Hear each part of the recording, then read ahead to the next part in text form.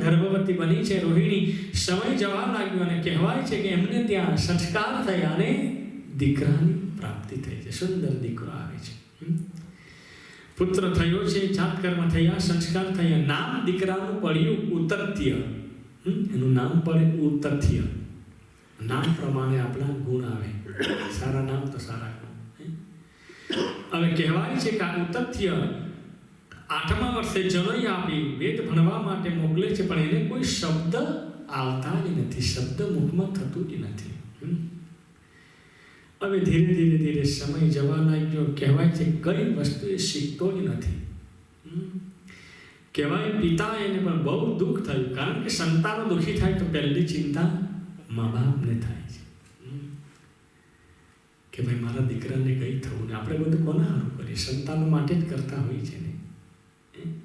અને સંતાનોનો પણ એ જ ધર્મ કે આપણે આપણા મા બાપને સાચવવાના. બાળપણમાં આપણી મા બાપ આપણને સાચવે ને ઘરપણમાં આપણે આપણા મા બાપને સાચવવાના. એ જ આપણો ધર્મ છે.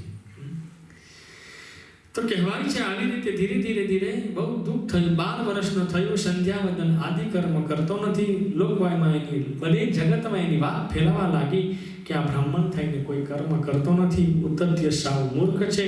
બ્રાહ્મણમાં હસીને પાત્ર થયો. માતા પિતાને કહેવા લાગ્યા મૂર્ખ ક્યાંથી મને આવ્યો છે. માતા પિતાને પણ ચિંતા થઈ કે હવે હું શું કરું? પાંગળો દીકરો સારો, પણ આવો મૂર્ખ દીકરો નકામો છે. શરીરમાં તકલીફ હોય તો ગમે તેમ થાય, પણ જેને જ્ઞાન નથી એને શું કામનું છે? એને કઈ રીતે સમજાવી શકાય? અપમાન થવા લાગ્યા દીકરાના. હવે દીકરાની પણ ચિંતા થવા લાગી, દુઃખ થવા લાગ્યું એને પણ.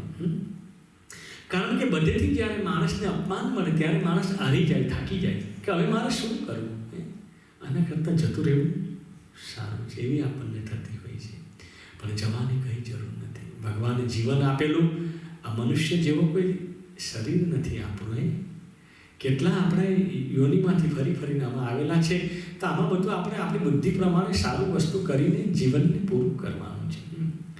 ઉતથ્ય દુઃખી થઈને વનમાં જતો રહ્યો. કહેવાય ગંગાના કાંઠે સુંદર આશ્રમ બાંધીને રહે, ફળ ફૂલ ખાઈને પોતાનું જીવન ચલાવે. અને જંગલમાં એણે એક ઉતથ્યએ નિયમ લીધો કે મારે આજથી ખોટું બોલવું નથી. જીવનમાં આપણે પણ જો એકાદ નિયમ રાખીએ ને તો કોઈ દિવસ તકલીફ આપણને થતી નથી. મારે એક જ નિયમ કે આજથી મારે ખોટું બોલવું નથી. જે કંઈ બોલવું એ સત્ય, સાચું જ મારે બોલવું છે. આવો ઉતથ્યએ મનમાં નિયમ લીધો. કહેવાય છે કે ધીરે ધીરે ધીરે સમય જવા લાગ્યો. સાચું બોલવાનો નિયમ મારાથી કોઈ દિવસ ખોટું બોલવું નથી. ત્રિકાળ સંધ્યા કરે. આમ કરતાં કરતાં ધીરે ધીરે ધીરે માની કૃપા થાય, ભગવાનની કૃપા થાય. અને એટલું બધું સાચું બોલતા બોલતા એટલું બધું એનું એ માન વધી ગયું. કહેવાય કે એના લોકોએ આજુબાજુના નગરજનોએ એનું નામ પાડી દીધું સત્યવ્રત. પહેલાં શું નામ હતું? ઉતથ્ય. હવે એનું સચ્ચાઈથી એનું નામ પડ્યું સત્યવ્રત. કહેવાય છે કે ધીરે ધીરે સત્યવ્રત નામ પડ્યું. કોઈનું એ ખરાબ કરતો નથી. નિર્ભયથી જંગલમાં રહે છે. આશ્રમમાં સૂઈ ખાવે પીવે, ખોટા વિચાર નથી. આવી રીતે પોતાનું જીવન ધીરે ધીરે ધીરે ધીરે વિતાવા લાગે છે. કહેવાય છે કે સ્ત્રી જો રૂપાળી હોય અને સંતાનની હોય તો લોકો એને કેટલી બધી નિંદા કરતા હોય છે. સ્ત્રી સારી હોય, સુંદર હોય, સંતાનની હોય તો લોકો એની નિંદા કરતા હોય છે.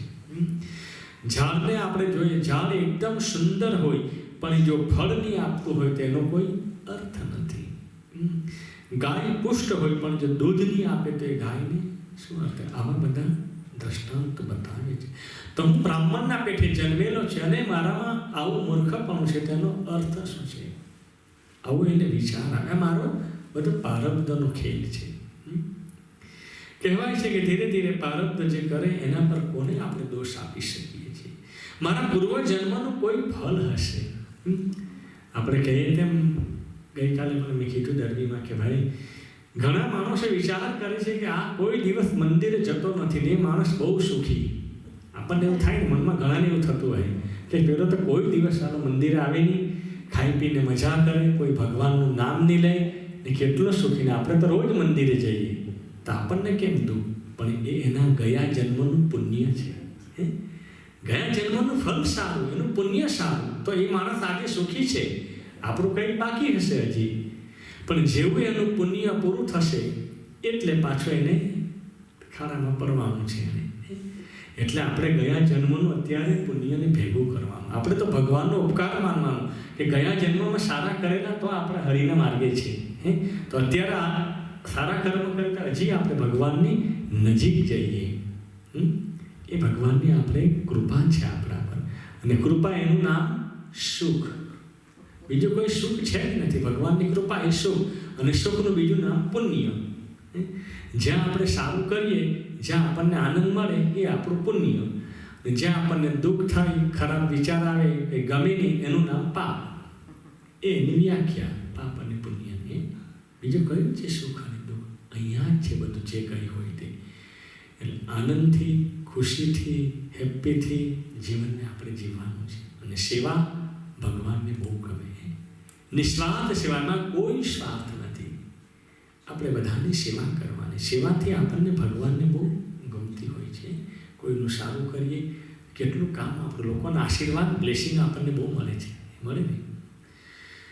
તો આવી સુંદર કથા આપણને દ્રષ્ટાંતો એ જ આપણા ઋષિમુનિઓ આપણને સમજાવતા હોય. પૂર્વજન્મનું કોઈ પ્રારબ્ધ હશે. સાધુ વિદ્વાન સંતો આપણને સમજાવે છે. આમ કરતાં કરતાં એના સત્યવતના 14 વર્ષ પૂરા થયા. સત્ય બોલે છે, કોઈ દિવસ ખોટું બોલતો નથી. એની ધજા, એની કીર્તિ ચારે તરફ ફેલાવા લાગી. આ ધજાનો મતલબ એ છે આપણી કીર્તિ. આપણે ધજા ચડાવીએ કરીએ ને પાટોત્સવમાં બધાએ, કે આપણી કીર્તિ અમર રહે, ચારે દિશામાં આપણી કીર્તિ ફરે.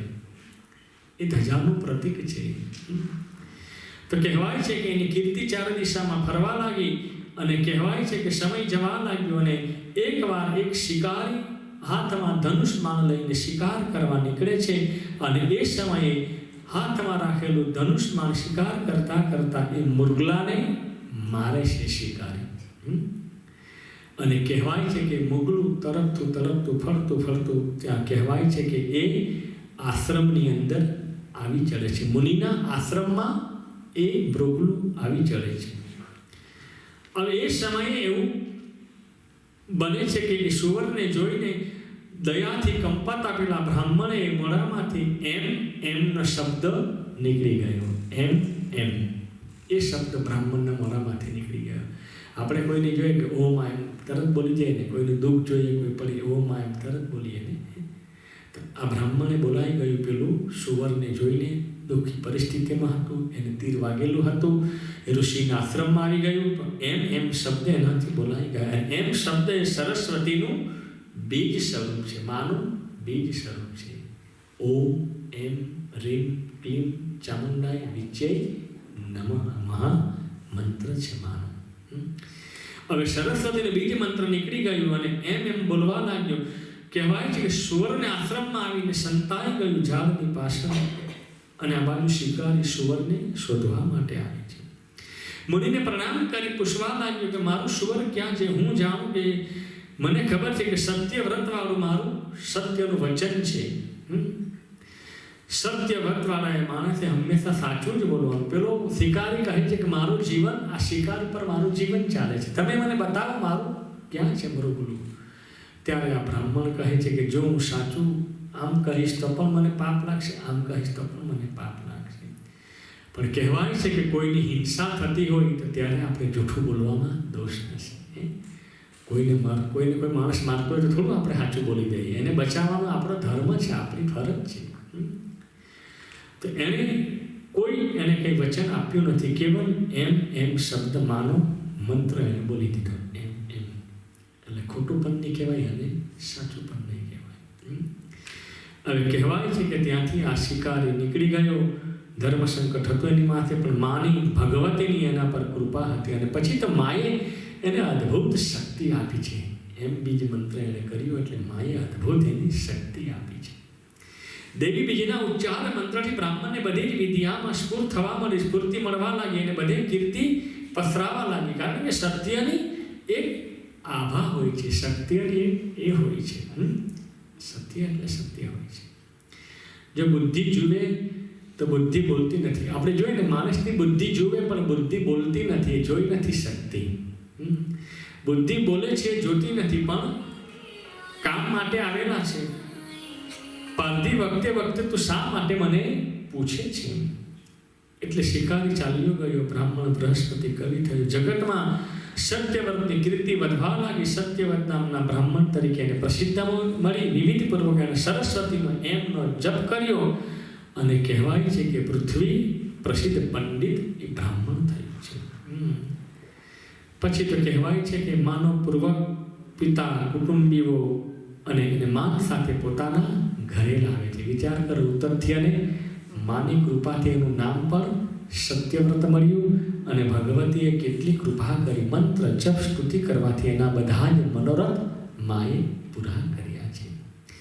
ઇતિ શ્રી ભુવનેશ્વરી અષ્ટમ સંહિતા બ્રાહ્મણ સત્યવ્રત કહિતા ભુવનેશ્વરી ચરણે અર્પણમસ્તુ. બોલો શ્રી ભુવનેશ્વરી માત કી જય. ભુવનેશ્વર મહાદેવ કી. ચાલો પાછું લઈ લેવાનું છે. આગળની વ્રતની અંદર બતાવે છે, ધુનેશ્વરી ધ્રુવ સંધ્યાની કથાની અંદર બતાવે છે કે પૂર્વે જન્મે જન રાજા દેવીની ચરિત્રની જૂની ઇતિહાસની કથા કહે છે. કૌશલ દેશની અંદર કહેવાય છે સૂર્યવંશી મોટા તેજસ્વી પુત્ર રાજાના પુત્ર ધ્રુવ સંધિ નામનો એક રાજા રહે છે કૌશલ દેશમાં. એ બધા ભારતમાં આવેલા છે, આપણે જોઈએ. કૌશલ દેશમાં સૂર્યવંશી મહાતેજસ્વી મહાપરાક્રમી પુષ્પ રાજાના પુત્ર ધ્રુવ સંધિ નામનો રાજન છે.